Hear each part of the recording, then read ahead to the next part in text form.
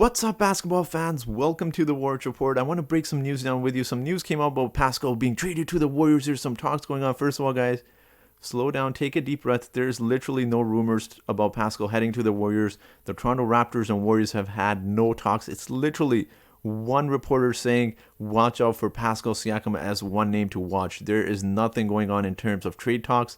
And this is just news blowing up as usual. In the offseason, there's not much to talk about. So the reporters do need to create some news as well. But let's talk about why the Raptors should absolutely refuse this trade offer and just in general trading Pascal Siakam as well. So before we get into the details of the video, you know the drill. Give this video a thumbs up as it helps reach more basketball fans like yourself. And if you want to hit that subscribe button as well, you get a lot of Raptors content on here, including in-depth analysis, latest rumors, free agency will be coming up. I'll be dropping some videos on that, and of course some draft videos as well I've been making the last week or so, so make sure to check those out. And with that being said, guys, let's get into today's video. So number one reason, first of all, this trade is not happening. But number one reason you don't make this trade is simply because Masai Ujiri is leaving if you do. Masai Ujiri has talked about at the end of the season in his press conference where he talks about winning championships. You trade your leading scorer in Pascal Siakam. He is gone. He is not going to be part of a rebuilding process for 3 to 5 years. And that trade proposal is absolutely ridiculous, first of all, because James Wiseman, number 7 overall pick for Pascal Siakam, is a terrible trade for the Raptors. Masai Ujiri would never do this trade. And even if he did, I think he would be the kind of, he's the kind of executive that would be doing that to other teams where he's ripping them off. I don't think he's the one to get ripped off. That's an absolutely ridiculous trade for the Raptors. And also because, let's talk about James Wiseman. The guy has proven nothing in the NBA, yet people are so excited about acquiring him. I understand we have that big hole at that center position, but James Wiseman, a 20-year-old who's put up, 11 and 5 rebounds, you guys are excited about him. He's proven nothing in the NBA. In fact, the Warriors were better without him than they were with him on the floor. So he's also dealt with knee injuries. A 20-year-old center who's already dealing with knee issues. Do you really want to acquire him? He's unproven. He has yet to prove anything in the NBA. And on top of that, you're talking about the number 7 overall pick. But number 7 overall pick is someone like, let's say, a Keon Johnson. He has no offense to his game. He's very athletic and he's great at dunking. But besides that, his offense needs work. He can't shoot at all. He needs to work on his three. So I don't understand where the hype is getting around for the number 7 overall pick. And also someone like, let's talk about Davion Mitchell. He's a great player, but the guy's going to turn 23 in 5 months. You're really trading Pascal Siakam for James Wiseman and Davion Mitchell pretty much. That is not a good trade for the Raptors. And let's talk about some other things as well. When making a trade, you have to acquire salary back. You can't just trade someone who's making $30+ million for 2 young players like that. You have to include salary, and someone like Andrew Wiggins' names I've been hearing a lot of. Andrew Wiggins, people talk about Pascal Siakam making a lot of money. Andrew Wiggins made more than Pascal this season. Andrew Wiggins made 29.5. Pascal Siakam made 29 million. He's going to be making more the next few seasons than Pascal will. You guys are saying Pascal gets a lot of money, he's overpaid. Look at Andrew Wiggins. I mean, this is just absolutely ridiculous that you would want to trade Pascal for Andrew Wiggins and those 2 players. And even when you're taking a look at the Raptors salary cap situation, you don't simply trade a player who's entering his prime. Look at their roster makeup. We have some really nice pieces. All we're literally missing is a really good center and maybe some scoring help to take that load off of Pascal Siakam. And you got Gary Trent Jr., you got OG Anunoby, they're 22, 23 years old. And then you got some nice pieces in Fred VanVleet, Pascal Siakam, 27 years old. And you got some young pieces in Freddie Gillespie, Jalen Harris. You got Malachi Flynn and the number 4 overall pick as well. So why would you blow this team up and try to rebuild when your main 2 guys in Pascal and Fred are going into their prime, and you know OG and Gary Trent Jr. are just going to get better next season? You don't simply rebuild a team that is all under 28 years old. That makes absolute 0 sense for the Raptors to trade Pascal Siakam. I mean, yeah, his salary is a lot, and realistically speaking, I don't think he'll ever be a number 1 option.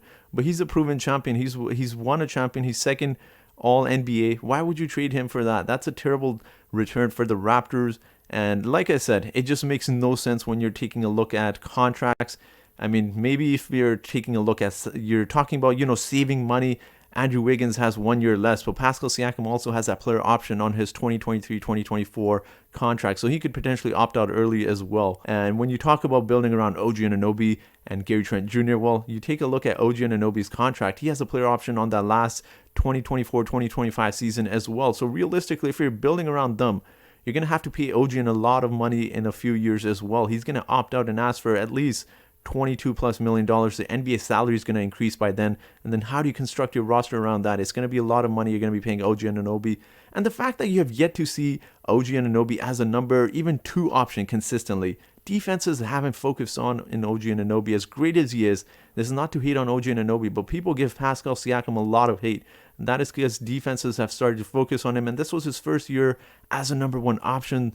Have a little patience. I think he still has so much room to grow. And when talking about Pascal Siakam, I mean, as someone mentioned, I was reading an article online. So whoever this is, Alex_Raptors, shout out to him, because he was literally, as he's mentioned, second option on a championship team at the age of 25. How rare is that? How many players can you say that for in the NBA? I mean, you don't, if even let's pretend for a moment you trade Pascal Siakam, you simply don't trade a player when his value is this low. It makes 0 sense for the Raptors to trade him, let alone the awful return the Raptors were to get. I mean, this is a little bit crazy, but I also want to touch on this as well, because I've mentioned this in my previous video, but for those who may not have seen it, out of the entire NBA, for players who are averaging at least 21 points, 7 rebounds, and 4 assists, these are the highlighted players you see on the screen, are those players in the entire league that have averaged these numbers. And you look at the orange highlighted players, those are the players that have averaged these numbers. And when you take a look at the turnover rate, people keep giving Pascal Siakam so much flake, but look at the turnover rate for all of these guys: Giannis, Luka,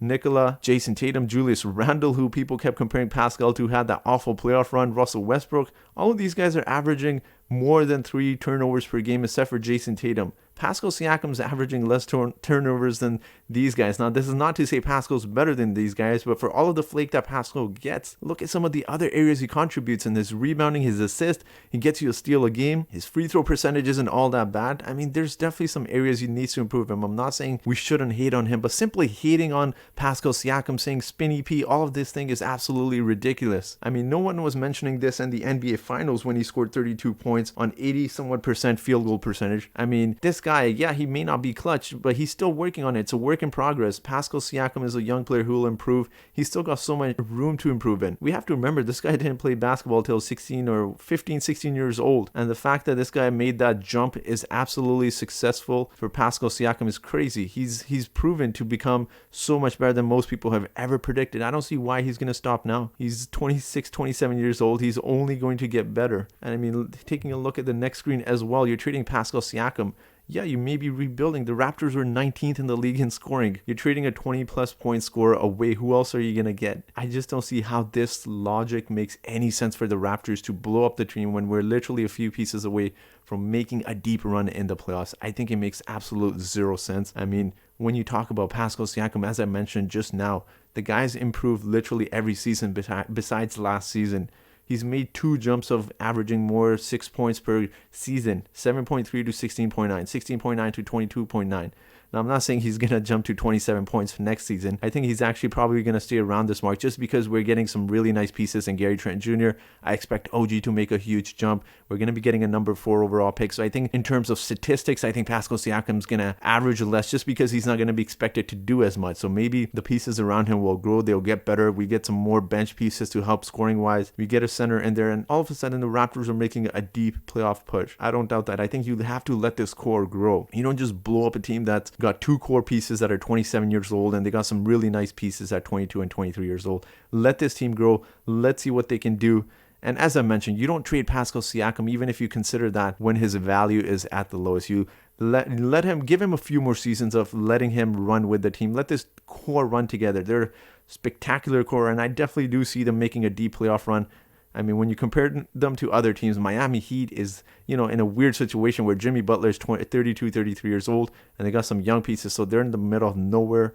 I mean, Nets are the Nets, let's not talk about them, but 76ers are in a mess, so I definitely see the Raptors making a deep playoff push. The Bucks are good, but you never know with them in the playoffs, so we'll see what happens with the Raptors. But man, you don't simply trade away Pascal Siakam. People keep talking about, him not being clutch, but people seem to forget the finals performance he had. As I mentioned, game 1, 32 points, and people want to talk about him not showing up. Yeah, he's had some struggles, absolutely, but in game 6 of the NBA Finals, he averaged 26 points, 10 rebounds, 3 assists on 58.8% field goal percentage. So I don't know how you can criticize a guy who's shown up in the biggest game of the season, game 6, at one of the most hostile environments at the Warriors Stadium, coming up, winning the championship, being a proven number 2 scorer on a championship. I don't understand the hate Pascal Siakam gets. No one was talking about spinny P, spinny moves, whatever, all the nonsense that's going online. I understand, guys. Come on.